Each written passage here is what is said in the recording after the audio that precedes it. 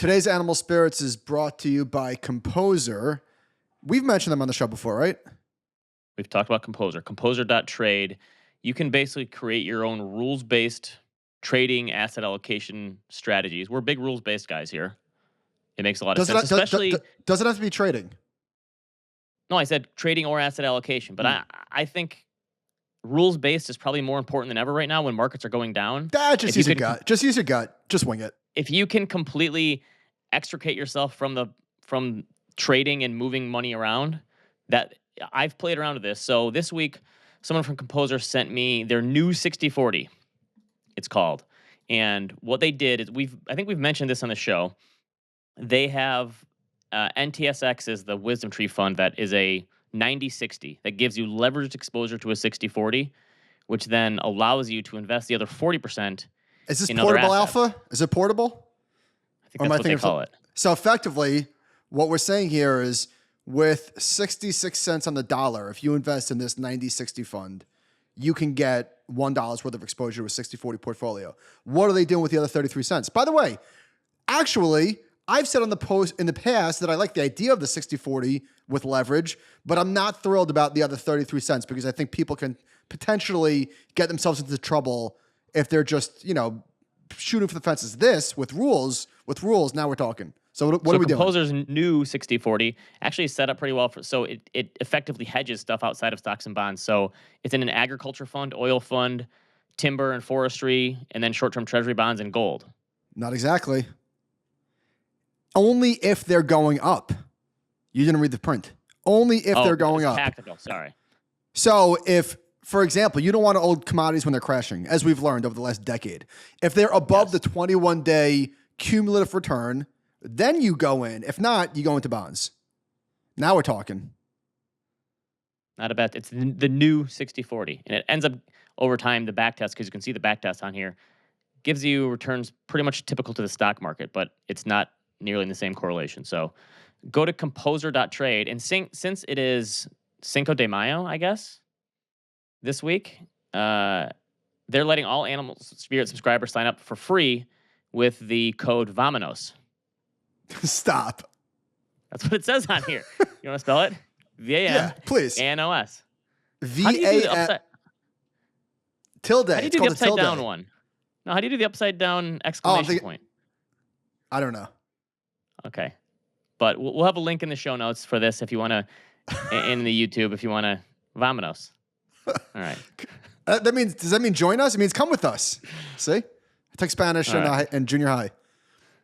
Still got it. All right. Remember, composer.trade to learn more how you can implement rules-based trading strategies. I like it. Welcome to Animal Spirits with Michael and Ben. Michael, you're the arbiter of these things, so I have to ask you, is this a bear market? Of course it's a bear market. The last time I asked you this was in... Yeah, you're saying bear market? What do you call it? Is this a bull market? No, but... Okay, so we have bull markets, we have bear markets, we have corrections. Now you're putting me on the spot because I don't know where this goes from here, but I can tell you one thing. This is no bull market.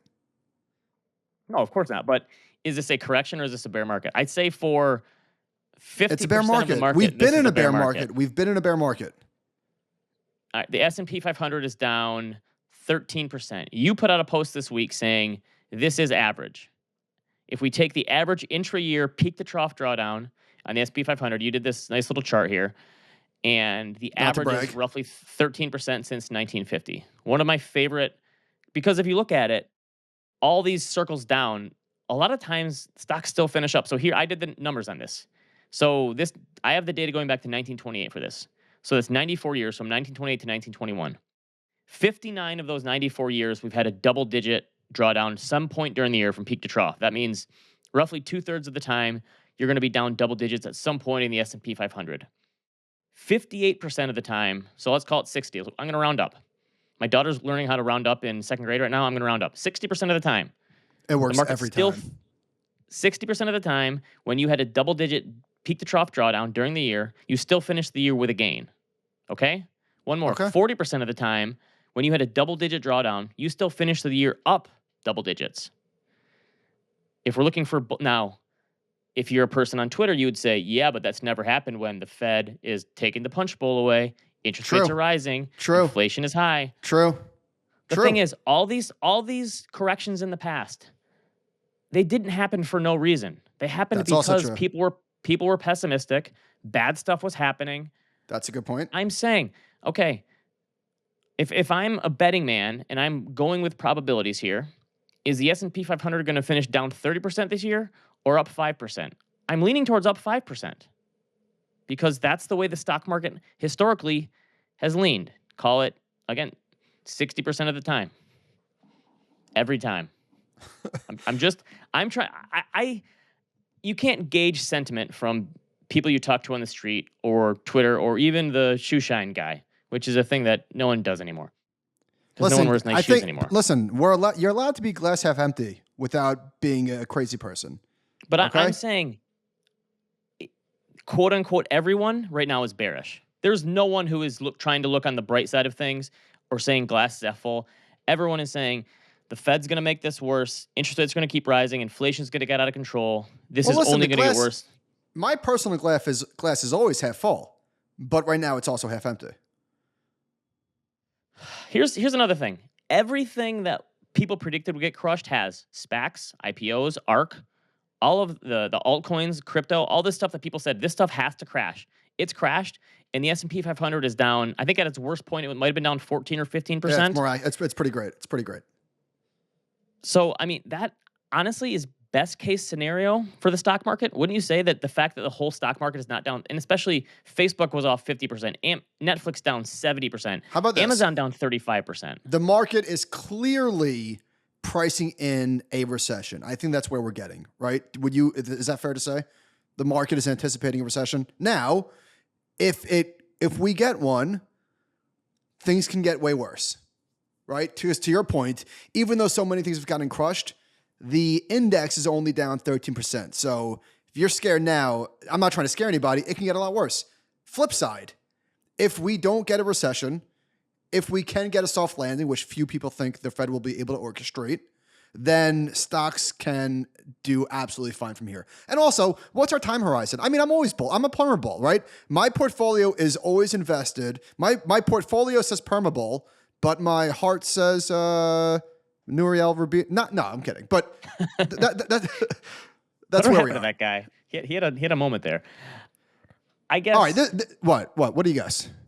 No, the people are freaking out. I think the biggest thing people are freaking out about is because stocks and bonds are both down together. This is something that is caused people to like totally reassess the idea of diversification. And I mean, here's my thinking though. It's 4 months. I know it's painful. I looked at this. Stop trying to minimize the pain. People are in pain. The 60-40 portfolio over the last, from 2009 to 2021, was up 300% of Vanguard Balance Fund, 11.3% annualized returns over 13 years. And we have 4 months of a 10% correction. I'm with you. People are losing their minds. I'm all about perspective, and I agree. People need to take a breath. However, people aren't worried about the damage that's been done. They're worried that it's going to get worse. Would you agree with that? Okay, so that's the thing. Everyone says, okay, great, Ben. Zoom out, look at historical returns. That means nothing for us going forward. Here's Ben's glass half full take on the 60-40 portfolio, okay? Expected returns in bonds are now much higher than they were just 9 months ago. The average yield to maturity for AGG, which is the aggregate iShares bond ETF, is 3.4% now. Average yield to maturity. That's way higher than it was in the past, right? Stocks do much better in disinflationary environment than they do in a rising inflation environment. Guess what? Inflation might be peaking. It could be coming down. That, to me, I think that's even more important than like, is the economy going to technically go into a recession, right? Like by the technical definition, are we going to go into recession? Who knows? But if inflation is falling when that happens, I think that means way more to the stock market than anything else. I want to pull up this piece. I was doing some research. I don't know why I'm quoting my own blog here. Just go with me. I wrote this in March 8th, 2020. So this is 2 weeks before the bottom. And I said, this is why I'm more worried about the bond market than the stock market. And look at it. So scroll down a little bit. These were the returns, the 1 year returns in March 2020, TLT, 20-year bond ETF, was up 42%. The 7 to 10-year Treasury was up 18%. The U.S. aggregate bond ETF was up 13%. And even the 3 to 7-year Treasury bond was up 11% in a year. If you want to know why bonds are down 10, 20, 30% in some cases, it's because leading into March 2020, look at the rates. They fell off a cliff. This is from Jason Zweig. This is probably why there's so much pain. From 1990 through 1990, so this is a piece he wrote for the Wall Street Journal in March 2020. 1990 through 1999, bond funds and bond ETFs accounted for only 10% of the cumulative $2.4 trillion of flowing into funds. From 2000 to 2009, bonds made up 26% of the total. Over the 10 years just ended, this is as of 2020, 74% of the total $2.7 trillion that investors added into mutual funds and ETFs went into bond funds. There was so much money that poured into bond funds over time because boomers were de-risking, people were scared from the great financial crisis. So this is the thing. There have been bond bear markets before, but there have never been bond bear markets where so much money was invested in bonds. And this is why everyone right now is freaking out, I think. It's also, I agree with all those points. In addition to those points, it's because the type of stocks that are blowing up are stocks that are stuffed into people's portfolios. And I'm not just talking about the ARK names. I'm talking about the Apple and the Amazons of the world. And it's been a while, Ben. It has been a while since we lost the leaders. The median fan mag stocks, so we're talking Facebook, Apple, Amazon, Netflix, Google, is down 29%. And so it's difficult to see where the leadership comes from when these names are getting destroyed. By the way, Netflix down 70%. Do we have to take? Is Fang gone? Is it just Gaff now? Here's what I think is Come dead. on, dad joke. Gaff. It's a gaff. The V-shaped recoveries that we've gotten so accustomed to. In my mind, I'm going to take that off the table. I might be wrong, but I think this idea that we're going to be at new highs 8 weeks from now, I think that's off the table. I think that was a feature of the market when the Fed had our back, and it no longer does. I think that's you would really have important. You would have to have inflation go from 8 to 4 in the next, which is not happening. It would have to be something like that, where inflation had this enormous fall off a cliff, and I think that would probably. But I agree. So corporate balance sheets have never been better prepared for a recession. If we get one, the consumer balance sheet has never been better prepared for a recession. If we get one, we're going to talk about this in a little bit. But Apple just had its best March quarter of all time. But guess what? With inflation high and the Fed removing liquidity, we are clearly in a re-rating process right now. And so maybe people don't want to pay 20 times for Apple. They want to pay 14 times for Apple. And that's it. So I agree with you. The fact, the V-shaped recovery thing, a lot of that was the Fed, because 2018, the stock market fell 20%, 19 and change, call it. The S&P did. And what happened? You guys said our bad. You said our bad. Backed off, yeah. And whoosh. So... the same thing happened in March 2020. I agree that whole thing of the Fed having our back doesn't exist anymore. So maybe people aren't quite as quick to pounce. Which okay. So if you just Go ahead. Take a step back here and think about how quickly the pandemic. I know we've done this before. How quickly the pandemic changed everything. That's your let that sink in. Take a step back. All right, take a step back. But inflation is dead. Rates will never rise again. Growth stocks are undefeated. All this stuff that happened that changed because of the pandemic. Now we have inflation. Interest rates are finally rising, even though it took a while for it to happen. We finally have some economic growth, and value stocks are finally working again. Energy stocks, gold, all these things that just were left for dead for 12 years are now working again. Gold died again. No one could have ever predicted the reason for this happening. Here's the thing. The chance of a recession happening, in my opinion, hasn't been as high as it currently is in a long time. Guess what? The market is reflecting that, right? Clearly, like the market is discounting a potential recession. I think that we are entering a period of the thing that people have been warning about for years. I think it's finally here. Low returns, I think, are here for not forever, but I wouldn't be surprised if we get a choppy, nasty 24-month period, which we had from 14 to 16. And guess what? It would be fine. I think everyone would sign up for a dead 2-year period. The problem is people are afraid of like a down 40% period. Given that we've had 15% a year for 10 years, even if we got 0% returns for 2 years, the 10-year returns would still be off How the about charts. this? S&P is down 13% from the highs. Inflation is 8.5%. We're already in a bear market on a real basis. Does that count? Nobody thinks in reals. No. But fair point. But I'm saying maybe that low return environment is on a real basis. So maybe we just get in the next 2 or 3 years ahead. Let's say it's 6% per year in stocks instead of we've been getting 13 or 14. And on a real basis, it's more like 2 because inflation is 4%. That's your low return. So what do you do? What do you do? So this idea that I think people have that they're going to sell, and then that they're going to get back in, at the right time when the dust settles. LOL. We know how markets bottom. I see a lot of people saying cash is the best place to be, unless you're going to try to go into some of the hedges and say commodities or whatever. But a lot of people saying cash is the best place to be because stocks and bonds are both going to continue to get hammered. Fine. When do you get back in? Exactly. Listen, I get it.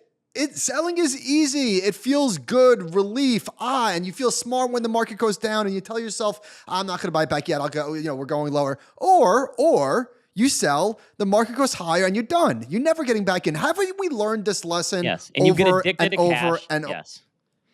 Getting back in is impossible. So guess what? Right now, and I don't want to over exaggerate because we're down 30%. I get not everybody owns the S&P 500. This is what it is. Sometimes you got to eat shit. Right? How much gains have we had? What do you think the market does? It goes up uninterrupted forever? Grow up. Right. The stock market doubled in a year, basically. You have to learn to expect that, okay, it's not going to always be so great after that. Of course, there's going to be some give back there. Yeah. I'm down $50,000. Okay. To Ben's point, take a step back. No, you're not. You're up $190,000. Exactly. 2 steps forward, 1 step back. But what if it's 2 steps forward, nine steps back? We'll deal with that later. All right. What do we make of ARK? Is this just Teflon? Like, everyone's got a point. Everyone's got a point where they cry uncle. Do you think that this is an internet thing where the internet has made cult-like behavior more acceptable? Because the way that people always frame retail investors is they buy high and they sell low. Well, they've had the opportunity, ARK. So Eric Balchunas said ARK brought in $1 billion year to date through April. Top 3% among all ETFs, despite being down 47% year to date, 67% over 1 year. Ben Johnson said ARK pulled it, $908 million. He's saying theories, investors are doubling down, shares are being created to short, super volatile ETFs. What am I missing? Because $1 billion has come in. I think there's just more believers than ever in this kind of stuff that you just didn't have before. And isn't it kind of crazy? So ARK is down 70% from the highs. It would be way worse if they had a bunch of redemptions from their fund, would they not? Because they're such big holders in these stocks, they had to be selling more.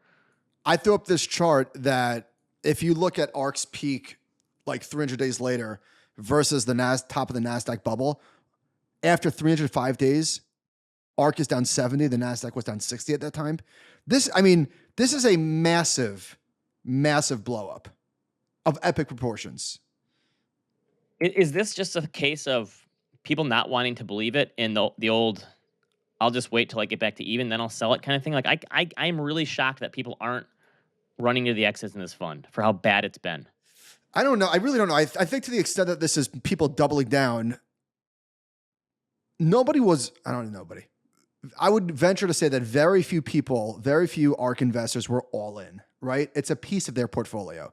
Right. So maybe they have the fortitude to take it from 10 down to 4%, back up to 10%. Is it rebalancing? How much of it is new money versus existing? Good. So this thing was down like 37% in the crash in March 2020. And it's down 70% now. I think that's the craziest thing about all the tech stuff is that it's gotten wrecked so much worse now. And in a lot of cases, these tech stocks are down worse than they were in 2008. Yeah. Here's a potential, I don't want to say nightmare scenario, but we're potentially sounding pretty bearish right now. The market is not acting very well. if we get, which we had, by the way, ARK had this a couple of weeks ago, and I think we were talking about this. We were talking with Nick Holdis, if this rolls over. So ARK bounced 40% to give it back, right? The market, at some point in the very near future, you would think that all sellers have been exhausted, right? So I'm not like making a big call that we're going to have a bounce. Of course we're going to have a bounce. Everyone knows we're going to have a bounce. If we get a 10% bounce that rolls over again, like the more of those we have, the more demoralizing it gets. Right. Because that's the thing. I mean, I get sick of the people saying young investors have never experienced a bear market. And like these are the people who have an average of, I guess it was $4,000 at Robinhood. Now it's probably $2,000 at Robinhood. Ben, the people saying that have been in cash for 10 years. Give me a break. Yes. But I'm saying, I mean, unless you lived through 2008, no one has experienced one that lasts very long. That one was, and guess what? 18 months of pain. Okay, fine. Congratulations. You lived through a bear market. What are you, like some sort of expert? Are you a market timing god because you experienced a bear market? My point is, and I'm not trying to be one of those people. I'm saying those lengthy ones are just like the word you used was perfect. It's demoralizing. You just feel like things will never get better at a certain point. And as much of a genius as you felt like during the bull market, now you feel like an idiot during the bear market when both of those things are probably not 100% accurate. You weren't as smart as you thought you were when things are going up, and you're not as dumb as you are when things are going down. Joe Terranova, let me find this chart. He did this post. I'm going to write about this where he looked at the peak or the recovery, and going like back in the day, there were actual bear markets that lasted more than a minute, right? The recovery time that we've seen has been under 200 days for the 1, 2, 3, 4, 5, 6 last corrections. It's been just the recoveries have been phenomenally fast. By the way, though, that's like don't you think we get like 2 down inflation prints? We get back to like a, I don't know, 5 or 6% level. Don't you think the Fed put is back on the table immediately? Right? Like I know people keep saying the Fed, it's going to come back. I'm sorry, but it is. It's not like it's gone forever. It's gone The Fed put is transitory. How's that? The Fed, I totally agree. They're coming back. They're gonna scare. They might scare us, but they're coming back. The S&P. Let's say the S&P fell out of bed from here, and we're down 25-30%. I'm sorry, the Fed is lowering rates. It is. What's their line in the sand? Right. Let's see. I'm gonna say their line in the sand is S&P 3,500. That's their Fibonacci retracement. Okay. You don't think Jay Powell's watching the fibs? Come on. Okay. All right. How about here's some good news for inflation potentially. Look at the personal savings rate. I pulled this up from Y charts. I saw some people sharing this on Twitter. I want to give a plug. I'm doing a Y charts webinar. We're talking mega caps. It's March. Oh boy, it's not March. It's May 12th. By the way, did you sell in May? Just asking. Yeah, May 1st every year. I sell everything. It's May 12th at 2:00. See you there. Okay. Eastern. We'll put a link in the show notes. All right, sorry, Ben. Go ahead. All right. By the way, let's just do away with time zones. Everything should be Eastern. I'm trying to coordinate calls and stuff with people in Central and Mountain. Yeah, no offense to people on the West Coast. I'm sorry. East Coast that's the Bitcoin standard. The East Coast is the thing. I don't know why I just thought of this. I got Chipotle before we started recording. By the way, yeah, me too. 11.65 for chicken, not bad. You know what I saw? I thought of the Winnie the Pooh meme. Chicken on the top, pollo asado on the bottom. Come on. Sorry. Chicken is chicken. Yeah. I can't say pollo. I have to say polo. I can't. Sorry. You say polo. Don't tell me you say polo. I don't want to sound... If I say it the other way, I sound like an idiot. I sound like an idiot either way. You literally say polo asado? I don't believe you. I don't... Pollo. I don't want... I sound like an idiot either way. I can't... Sorry. It's P-O-Y-O. It's very simple. No, it's P-O-L-L-O. No, I know. I'm right. That's how you say it. Here's another thing. Why don't we make words that look like they sound? Right? I'm down for that. It's so dumb. All right. Good news, Y charts. Personal savings rate spiked to 30% in the pandemic. I think if you want to know why inflation has been so high, one of the reasons, we just had so much money. It's now back to below pre-pandemic levels, 6.6% basically. I think like people were using their savings to make up for inflation, and that is so unless we now just everyone goes into debt, I think that's going to slow down. I really think that like the inflation peaking, it's if it trends up for a couple more months, maybe because of the war and stuff, but the consumer side of things has to be slowing. I think it's Consumer coming in. spending I think it's coming in. hasn't yet. We're going to see it in the data. Right. But I'm saying that the savings part of thing it has completely round tripped. And that it looks like the unemployment rate basically. Well, Liz and Saunders tweeted confirmation that the savings boom is over. You just spoke about this. Not good. Yes. Duncan, we need a new T-shirt. Just not good. I mixed up my links. Okay, you're all right, looking for this 2-year yield one. Nah, I deleted it. We don't need to talk about it. Yields are high. Or okay. High-ish. Higher. All right. There was an article in the Journal over the weekend talking about home equity. Yeah, it's the New York Times. And close what enough. did I say? The Journal. Journal? My bad. Had to be one of the two. The most important point in here was a data point from a company called Black Knight, a company that tracks the mortgage market. They estimate that the average homeowner with a mortgage has gained $67,000 in tappable equity in the last 2 years. That's actual cash households could access while still keeping 20% of the equity in their homes. That's a lot of money. Listen, I have sympathy for the people who are buying a house right now for the first time. They've gotten screwed. And I think everyone, I don't know if this is a media thing, but everyone looks at the housing market going up as this has to be a bad thing for future generations. And it probably is.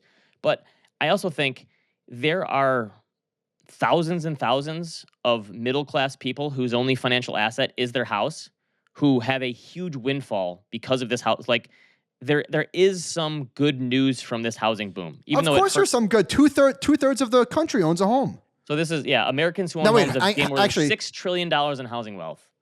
Just crazy. But there's a but. I wonder what percentage of people can't actually tap their home equity for like credit reasons or whatever. I cannot believe that there isn't. So I know a few people who work in the lending space, and they've already told me that like layoffs are already starting. That people are being. What do you mean? All they've been doing is refinancing for the last 2 years. Everyone already did. Yeah. And so they have nothing else to do. The refinancing has to be down to zero, right? I mean, Yes. who's refinancing? Somebody that bought a home in 1984 and fell asleep? Right. It would have to be. Yes. By the way, that sounds like a good rom-com. Brendan Fraser fell asleep for 20 years. His interest rate is still 11.2% on his mortgage. So look at this. San Jose, California. Tappable equity is $230,000 increase. I mean, all these are in California, the highest ones. Seattle's like 160. Austin is 130. These are just Boise massive. City, Idaho. Yeah, 114,000 increase in tappable equity. All right. Right now, everyone is saying this is the worst time to buy a house. And it probably is because housing prices are up, by the way, through the end of March. I think it was up 20.9% again. Bill McBride posted this morning. Damn. So mortgage rates are up to 5%. Housing prices are up. I want to make the case for still buying a house today. I'm going to put it out there. This is likely one of the worst times ever to buy a house. Let me make the case for still buying one. I'm listening. You're fixing your payment. You have the ability to grow into it over time. That's a reason to always a good reason I think to buy a house is that you know what your payment is going to be. It's locked. Number 2, rents are going up. Like that's not going to slow down. Right? Because especially in places where there is high demand, places like the Rust Belt, probably on the coasts where people are coming back. And number 3, you're going to be able to refinance someday. Let's say you're paying a high mortgage rate for 3 years. That really has to be painful. I'm sorry, you're going to be able to refinance again for 3 or 4%. It's going to happen. Yes. That's my case for buying out. That's not the greatest case in the world, but that's a case. Yes. I just think that at this point, we're getting to a point where it's like, hey, buddy, I can't buy a house. I don't have a down payment. Okay. So what people are doing now is buying adjustable rate mortgages. I So have an this is idea. Take home equity out of your parents' house for a down payment. that sounds good. Adjustable rate mortgage demand doubles as interest rates hit highest since 2009. You can get lower rates on ARMs. This is still really, really. I think it went from 2% to 4%. So it's saying, oh, everyone's going into adjustable rate mortgages again. It's still a very small number, but I don't know. Kind of makes sense to me. I think you can still get one of those for 4% right now, basically. Not bad. Maybe that's what you have to do. Maybe your bank will, maybe because there's no more refinancing, the bank will actually look at your application now and give you a mortgage for 5% down payment. Also, All right. bring a Yeah. spreadsheet Yeah. to your negotiations. Show them discounted cash flow analysis. When when the discount rate goes from 3% to 5%, your housing price should fall. That has to work, right? Yeah. What's the commercial when something says no, champion says yes? I don't know. I don't know what does that have to do with anything. Is that a Okay. mortgage commercial? Is it when your bank says no? That can't be. Hold Okay. on, I'm Googling it. Oh, it is. It's Champion Mortgage. You'll understand why. I nailed it. When your bank says no, Champion says yes. Says yes. So yesterday, I'm coming out of my office. Oh, story time. I work in an office complex where there's probably 20 offices on each floor. There's 3 floors. And I walk down to go grab my mail or go to the bathroom or something, and I hear just water gushing out of a door down the hall from me on the other side of the building. A hot water heater had broken on the second floor, and they estimated 82 gallons of water poured into the hallway. There was like 3 inches of water on the hallway for probably about a 40-foot. It looked like a pond in the hallway. This is on the second floor. Water is dripping down into the first floor everywhere. Luckily, other side of the office from mine. I'm on the second floor, but it's on the other side from me. So it's kind of 2 wings, and I'm on the other wing. People are frantically calling plumbers, and water is just gushing out of this thing. The whole floor is ruined. 82 gallons of water. What? So now I'm thinking, this is why it's hard. What's 82 gallons doesn't sound that much water. How many gallons does a bathtub hold? I don't know, a couple gallons maybe? I'd say probably 50. like 40. It's like 40 I might be way off. But my first thought is, this is why it sucks to be a landlord, because you have to deal with this kind of stuff. Yeah. Right? Emergency plumbers, people, they had fans on, they're sucking up the water. Okay, a standard bathtub holds 42 gallons when filled to just below the overflow. Okay, their estimate must have been low, because this was huge. Sounds like there was 820 gallons. Okay, maybe that was it. Wait, 42 gallons? That sounds like a lot. 42 gallons in a bathtub? I mean, dude, a gallon is not that much. A gallon, think about a gallon of water. It's just a little jug. And filled to capacity, a standard bathtub holds 42 gallons. Are you Google checking my Google check? Yeah, I don't believe that. Okay, maybe that's right. Okay, maybe it was 820. It was a lot of water, enough till it was dripping down. Maybe it was 420.69 gallons. Moving on.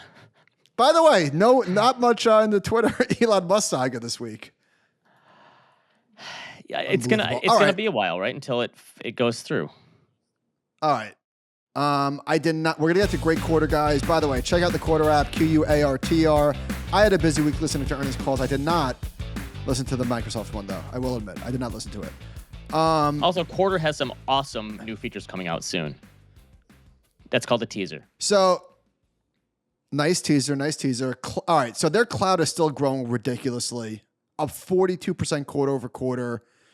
Revenue up 18% year over year. So last week was the most important week ever for the market, was it not? As we discussed.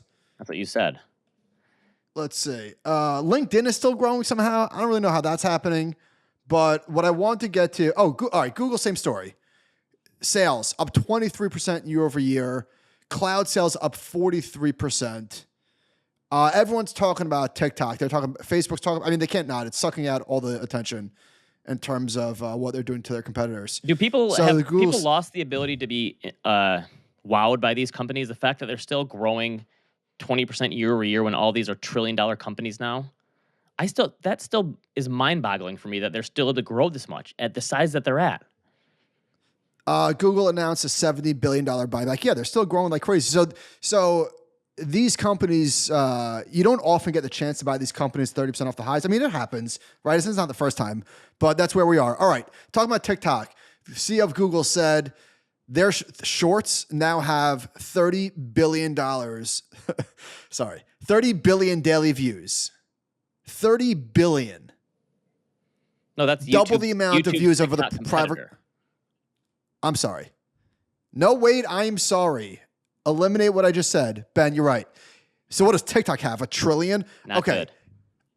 Not good. Definitely not good. But Google Shorts is growing. All right, let's move on to Spotify. All-time low. All-time low. Oof. I held this stock for a while. I think I sold at break even a couple months ago. I think it's down 40% from where I sold from. But this is another one of those companies, I think kind of like Netflix, where you go, well, if it was worth $100 billion and now it's worth $20 billion, I don't know which one makes more sense. Well, like you know Netflix that one at 300 versus 100. I don't know which. I just don't. How do you know? Now you know. You find out after the fact that. Yeah. All right. So they were asked. So I did listen to this one. They were asked about the Netflix comparison, like you seeing similarities in your business versus their business. They're slowing down. Are you slowing down? They said no. Obviously. They were asked about the investment in the podcast not paying off yet. I think that's what it is. Investors are not willing to subsidize any money losing stocks, any money losing businesses for that matter.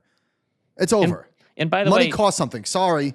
You had your chance. Venture capitalists were subsidizing all of us for a while, right? That's why Ubers were so low and all this stuff. We had this. This is back to my point about the 2010s being this glorious period that everyone hated. Like we had all this stuff that the VCs were subsidizing for us for so cheap, and now this was like 5 years ago. Ben, before we met Audiograph, there was a podcast company that we spoke to, and we joked. It wasn't a joke, but we were like, "What's your business model?" And she said, "We don't have one." And I remember saying, like, "I love Silicon Valley," and that was like 5 years ago. That's right. You had your chance. We both laughed. And she didn't find it funny because she's like, "No, it's true. We don't have a business model. We don't need one. We just raised money. What do you need a business model for?" All right, now you need a business model. It's over, and that's the thing. Inflation. I mean. I don't know if we underestimate it, but it matters. The cost of capital matters. People are much more forgiving. So you mentioned to me, I can't remember if it was on the show or off the show. You said, like, if I'm dumpster diving in a lot of these growth tech names, why wouldn't you just buy Amazon down 30% instead of trying to fish through these other companies down 70 or 80%? So instead of yeah. If I was going to, I'm not diving in yet. If I was going to buy one of these companies, I'd bet on Daniel Ek or Rich Barton, like the Zillow or Spotify's of the world, with strong management teams that you believe in have the ability to potentially turn these things around. So what's going on with Spotify? There's 4 million podcasts on the platform, which sounds a lot. It's just, I guess, just hard to monetize. Still, I guess podcasts are probably still smaller than we probably overestimate the power that podcasts have. Like they're still not everyone listens to them. Like FM radio probably still just dwarfs podcasting, right? Does it? I mean, I know advertising it does. Yeah, it probably does. It probably does. But who listens to the radio? Radio? Right. Dumb and Dumber. Oh, okay. I gotcha. So this is from Walt Mossberg on Apple. I listened to Little Apple's call. Wait, we're not there yet. Okay. Let's take it in order, please, sir. Chipotle, real quick. Chipotle revenue up 16%. Same store sales up 9%. Oh, here's another one. The Winnie the Pooh meme. Quarter over quarter, sequentially. Oh, nice. Okay. You hear a lot of sequentials. All right. In-restaurant sales increased 32%, which is a good news. The pandemic is behind us. Digital sales are now 42% of a food and beverage restaurant. They opened 51 new restaurants during the first quarter with 42 locations, including a Chipotle. You ever been to one with a Chipotle? Was that a drive-thru? No, that sounds awesome. By the way, I want to go to my local Chick-fil-A. I put it in Slack this week. They just opened a mobile ordering only, so you don't get stuck behind the people in a minivan making 36 orders. They have You're big on that. I do it at Chipotle too. You order in them with your mobile app, and then you just say, "Hey, here's an order for Ben." Right up to the thing and get it. So now they have a mobile only, and then a noob whale only for people who didn't order ahead. Here's the other thing. We're thinking about these companies. There is going to be, we're going to look back in a few years, some amazing opportunities. Oh, I can't believe I didn't buy Spotify when I had the chance to, or Shopify 50, or whatever it is. A lot of the companies in 3 years and 5 years, I know this is obvious, but I think it's worth saying, are going to look very different than they do today. For example, Chipotle's mobile ordering is now 41% of the business. That wasn't a thing like 2 years ago. Right. Think about what Netflix looks like today. Maybe a bad example. And also, but compared to all these companies, they change. But in 5 or 10 years, you're not going to hear about the companies that don't come out of it either. You're only going to hear about the survivorship bias of, you could have bought this company for 80% down. You're an idiot for not buying it. But then you're not going to hear about the companies that were down 80% but never really came back and got to those old highs. Like there are a lot of companies that February 2021 is going to be their all-time high, like maybe of all time. Zoom will never be a $300 billion market cap ever again. Ooh, timestamp. Yeah, you're probably right. That's a pretty good call. 300? No, that's was it 300? I think so. Here's the thing. It's almost like trying to picture your favorite player in the NFL or NBA being traded. I just wish that there were more mergers when companies are down 70 or 8%. Like, how come no one's bought Peloton yet? How come no one's bought Zoom? How come no one's bought Teladoc? Zoom was 160. Okay. 300 is ludicrous. So was 160. Yes, but I'm like, well, I want some more mergers. I want some stuff to be happening here. Well, we might be getting them. All right, Amazon. So here's the thing: all of these numbers that I'm giving you, just assume that they're already reflected in the price of the stock, right? Like the market doesn't care about what happened; it cares about what it thinks is going to happen. Okay, be that as it may. Amazon revenue up 7% year over year, which Sean says is the slowest in 20 years. Not good, not good. 3% year over year drop in online sales segment. That's interesting. They took a giant write down on Rivian. All right, AWS revenue up 37%. I tweeted this yesterday. They're at a, what did I tweet? $74 billion annual run rate for revenue. That's as big as General Electric and bigger than Disney. As a person who knows nothing about stock picking, isn't the idea of buying Amazon down 35% just the unlock of value if AWS ever gets spun out? Yes. Isn't that like the reason to buy Amazon right now? Sure. Yeah, it's one of them. If I was a hedge fund guy, that would have sounded way smarter. Coca-Cola, if we do some of the parts here. Coca-Cola, 40 billion, Nike, 47, Netflix, 30, Starbucks, 30, Amazon Web Services, $74 billion, and growing 47% year over year. You can't sell the stock. Who's selling the stock right now? Everyone's scared. People with margin calls. I mean, can you... There's babies in bathwater right now being thrown out. All right, Walter Mossberg on Apple. If Apple's latest 90-day revenues announced yesterday were annual revenues... Again, if Apple's quarterly revenues were annual, they'd be roughly number 27 on the 2021 Forbes 500 list, bigger than Citigroup. The 90-day revenue for the iPhone alone would be around number 63, bigger than Merck. Their quarterly revenue. Is Apple the most impressive stock of all time? Yes, easily. It has to be, right? I did listen to their quarterly call, and they said their wearables business would be a Fortune 100 company. And look at their drawdown chart. AirPods and watches. They were a little worse than the market in 2008, but they haven't had. I mean, I know in like the late 90s they had their thing where they almost were done as a company, but they haven't had like the 70-80% ones that a lot of these other companies have. They're up 39% per year since 2003. 39% per year.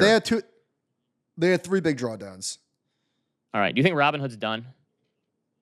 Wait, hold on. Before we get to that last thing, on the Apple thing, what was I going to say? Oh, I can't remember what they said. It was talking about the iPad, like the amount of new customers. They're still growing, they're still growing very fast. Do I think Robinhood's done? Whatever that means. I listened to the. Well, this is nuts. Sammy, we were talking to Sammy from Quarter. He put this on my radar. The market cap is $9 billion. They have $6 billion in cash. So assuming there would be a premium for a buyout, but talking about M&A, so their enterprise value is $2.2 billion. Okay, fine. Would shareholders agree to a $3 billion? Well, I'm guessing the founders of all the voting shares. Yeah, and they just gave him $800 million in stock grants for last year. Did you see that? Was that real? Stop. It was on Twitter this morning. I don't know. No, I don't believe it. I literally don't believe it. Someone tweeted that they granted him $794 million of stock for last year. Okay. All right. Wow. Well, anyway, $2.23 billion of enterprise value. Guess what? Unironically, earnestly, that sounds very cheap.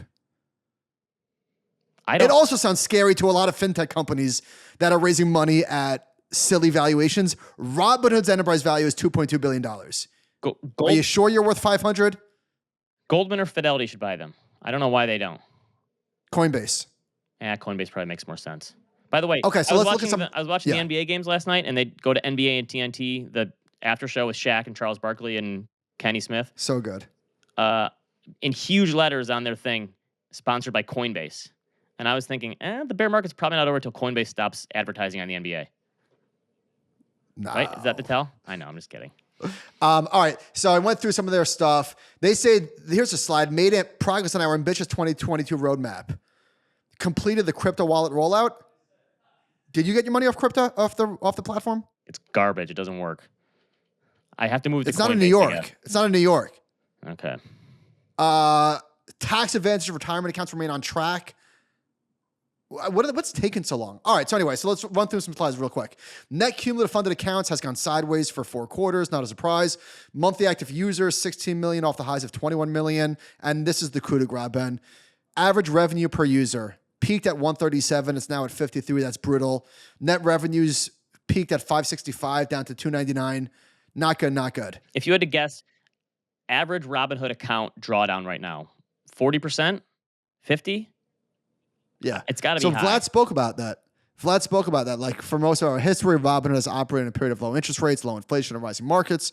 Our customers are now experiencing all 3 of these trends going in the opposite direction. Whatever. By the way, so they allow users to ask ask questions on the call. Somebody asked, and I'm pretty sure they were trolling, but I'm not positive. When are you going to start paying a dividend? All right, tell me if this isn't like word salad. So somebody asked, and by the way, we are working to integrate quarter clips into here, so you don't have to hear me say it. Somebody asked, what are management's plans to grow and or regain market cap? And this is Vlad's answer. So first, let me say that we all know this is a challenging time in the markets, and our focus during this time is on building a great company for the long term. You've heard us talk about several large areas of investment throughout the beginning of this call, and we're going to continue to invest in new product areas. Our product momentum and velocity across both our core businesses and those new developments is going to continue to accelerate. You also heard we're going to be focused on operational discipline and getting to positive adjusted EBITDA by the end of the year. I think throughout the course of this year, deepening the relationships with our customers, especially the most engaged customers that use Robinhood a lot, will lead to greater monetization over time and will allow us to get a positive adjusted EBITDA by the end of the year. So this Over time, we believe. I mean, anyway, it's just I'm listen. What is he supposed to say?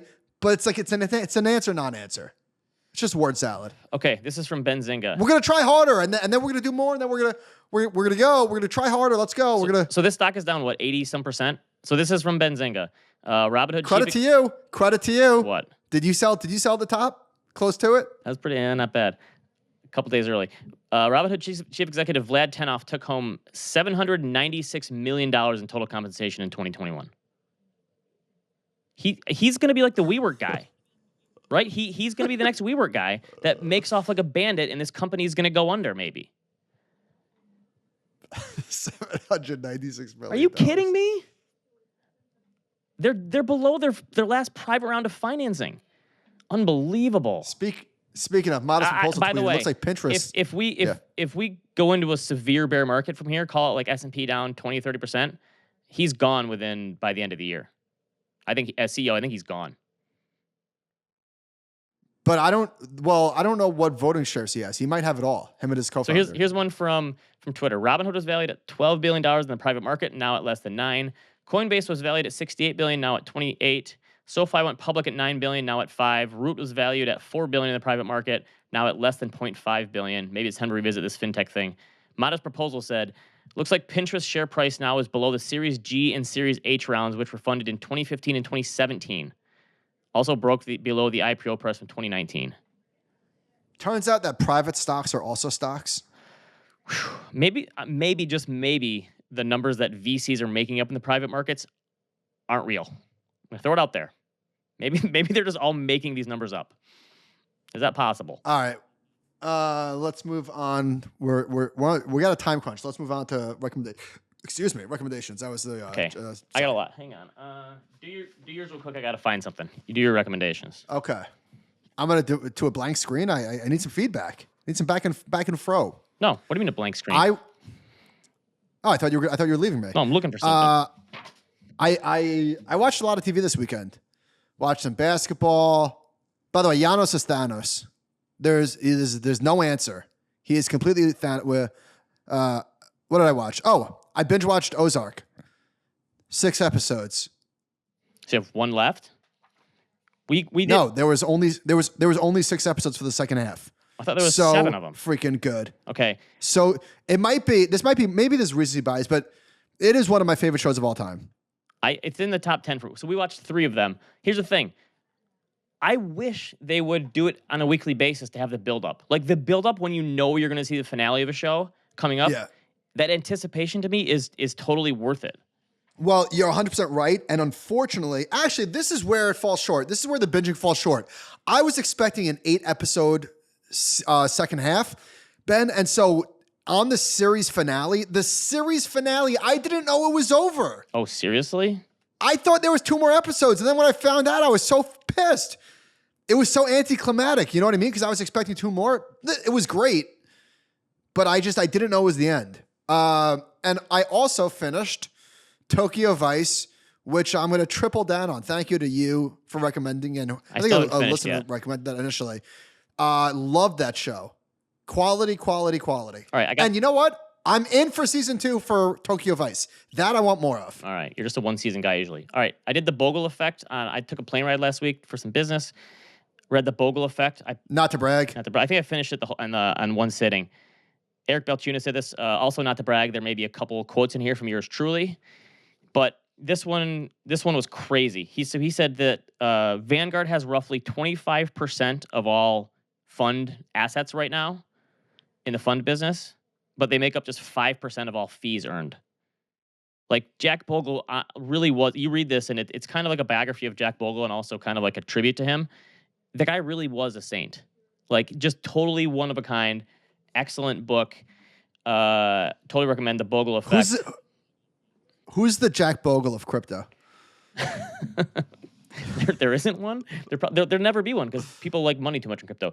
90s movies, Suicide Kings. I think it's on Stars. I may have recommended this before. Just Suicide Kings. Christopher Walken as a mob boss that gets kidnapped. It's a great title. Oh, wait. How have I never heard of this? It's an excellent movie. It totally transports you back to the 90s because every actor in it. Oh my God, I'm in. 34 from the critics, 74 for the audience. Let's go. Really good, like double twist ending, and it's about 4 friends who kidnap a mob boss. Double twist. It transports you back to the 90s. I absolutely love this movie. They also did. Wait, where'd you watch it? It's on Stars. Stars? Who pays for Stars? I have cable, and I get Stars for free in the bundle. Come on, get back on my level in the bundle. All right, they did Austin Powers on the rewatchables today.